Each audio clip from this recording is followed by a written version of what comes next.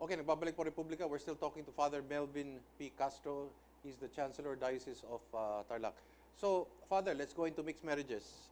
How does the church look at mixed marriages and the way it's being presented now in Congress, that they would like LGBT, whatever you call it, civil unions, or first let's talk about marriage. The marriage of LGBTs with each other, same gender, position of the church. You forgive me, pati viewers who might hold differing opinions. Oo.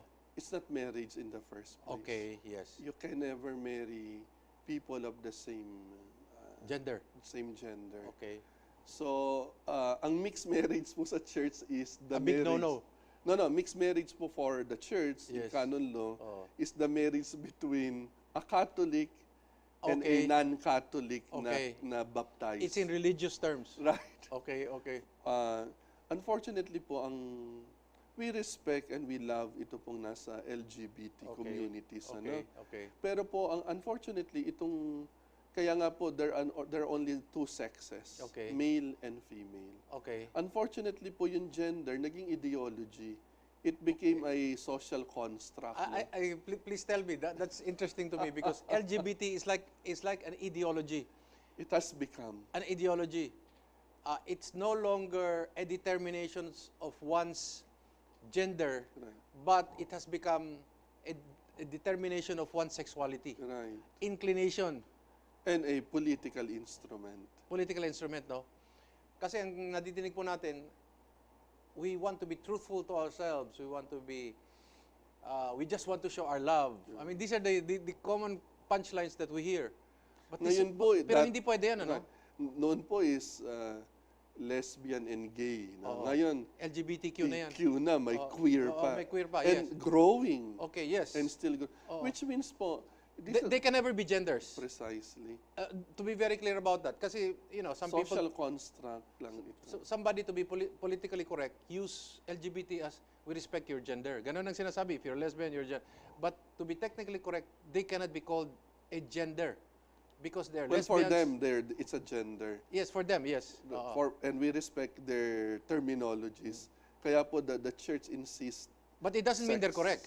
That's what Right. we're saying, no? Right. Because malinaw male, female naman yan, no? Right. And then these are just inclinations. Precisely. Okay, these are just inclinations. So it doesn't make you a male if you're a lesbian. That's what you're saying. Right. Or it doesn't make you a female if you are a practicing homosexual. Right. What happens, Father, if they have a sex change? It, in moral terms po, moral theology, Yes. it's mutilation of the body. Is it a desecration of God's creation?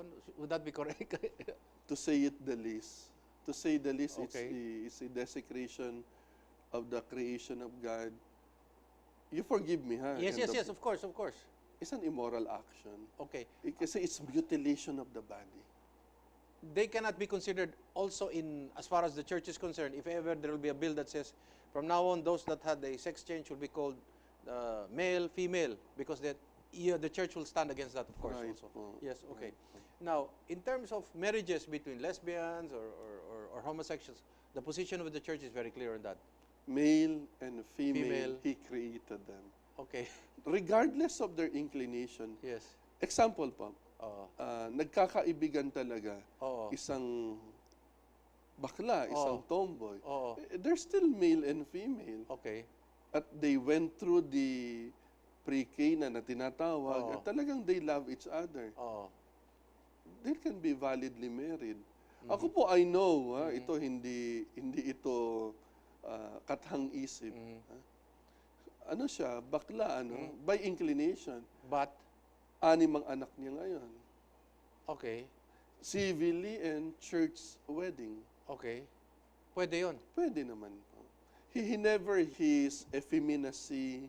He never hid his past. Iba ho yung effeminacy sa bakla, di ba? Of course Oh, naman. malinaw po yun tayo dyan. Oh. I mean, obvious kasi na very... Okay. ano siya. Oo. He never hid it, no? Would it be correct to say, no, and I'm treading on very dangerous grounds here, just pardon me, I have my own limitations. If you're a homosexual, can that be like being a drug addict, in short? That you can learn from it, you can control it, And you don't have to commit the sin. No po, drug addiction No, hindi naman. po, It's not a disease. That's what I'm saying. precisely. It's not a disease. It's not a disease. Okay. It's not- Para ba, the because it used to church- be before na pag sinabi bakla, may problema sa isip or okay.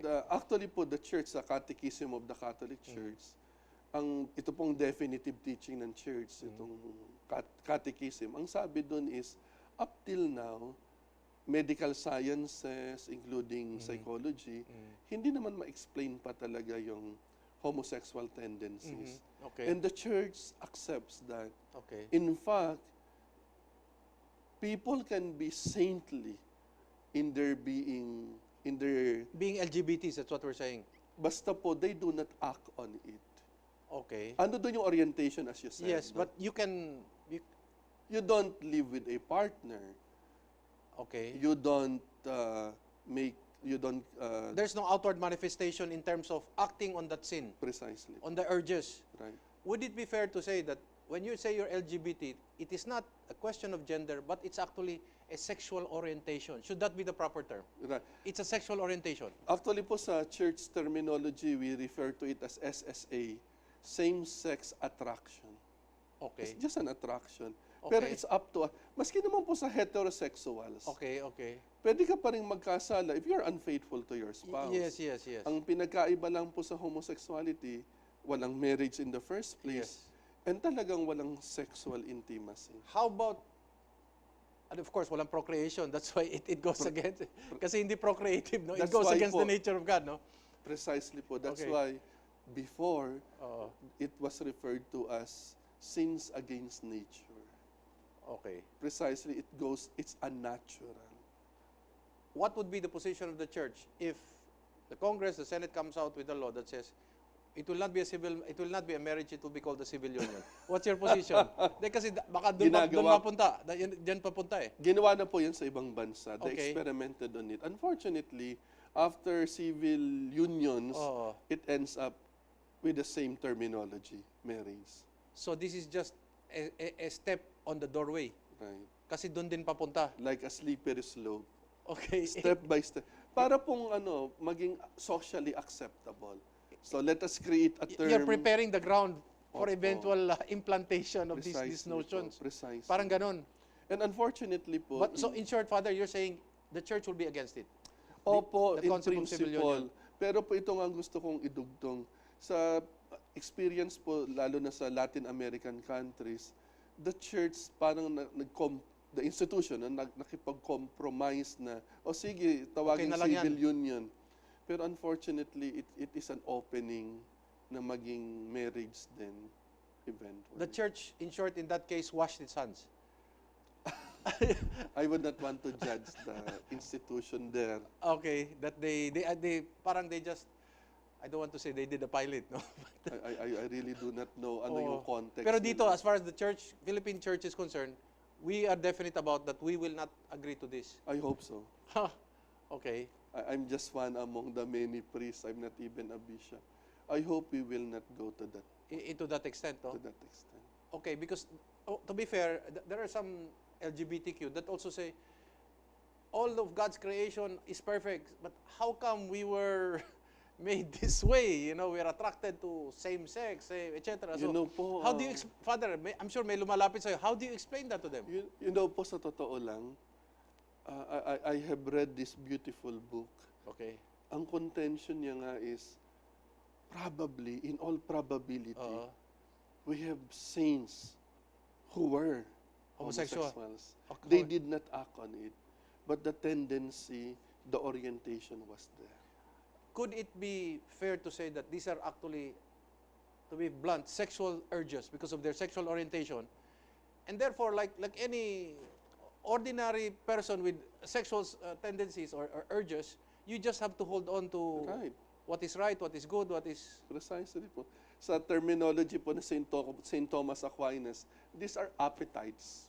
okay. So long as we put them on hold or we discipline, Oo. then it is a means of sanctity. And you can become a saint. That's what we're saying. Opo. Okay. Ang ganda po, ang ganda, ang Mas dami na. masarap po kayong kausap. Hindi. You can articulate what I'm thinking. Okay, okay. Let's just go briefly to divination kasi we only have 5 minutes. As far as divination's Father is concerned, deliverance. Yung nga problema sa mga sa tao natin, no? Pumupunta sa mga manggagamot, mga arbolaryo. Kasi kulang ang simbahan dun sa mga may charism for healing and deliverance, exorcism. Bakit ho sigalot or kulang?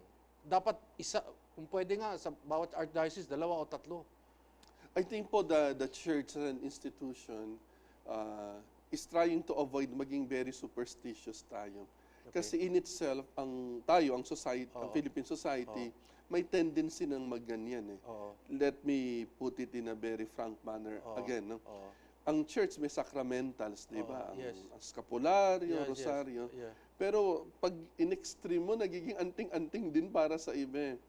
So, in that case, meron na tayong almost all the dioceses, I believe, may mga Merong ganon. At least one. At least. At least one.